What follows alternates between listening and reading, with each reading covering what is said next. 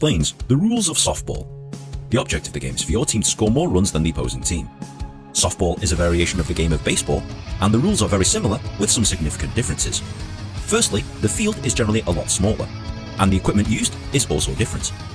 To score a run, a player must hit the ball between the foul lines and run across the 3 bases and back to home. A hit outside these lines is classed as a foul ball, and the batter is not allowed to run.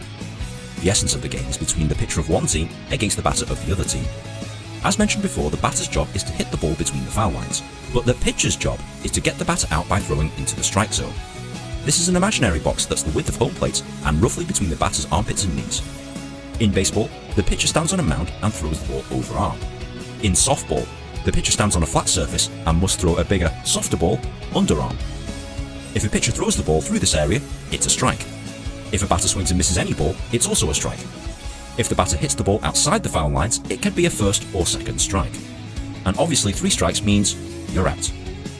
A pitch outside this area is called a ball. 4 balls against a batter and they get to walk to first base. That sounds simple enough, but there are 3 other ways for a team to get you out. Firstly, if a batter hits the ball along the ground, the opposing team can throw the ball to the base that they're running to. If the ball beats the batter to the base, they're out. A batter can be tagged out whilst running between the bases. If they hit the ball and the ball was caught in the air by the opposing team, they're also out. Once 3 outs have been made, their half of the inning is over and the other team gets to bat. Once both teams have batted, this is known as an inning. The game is played over 7 innings.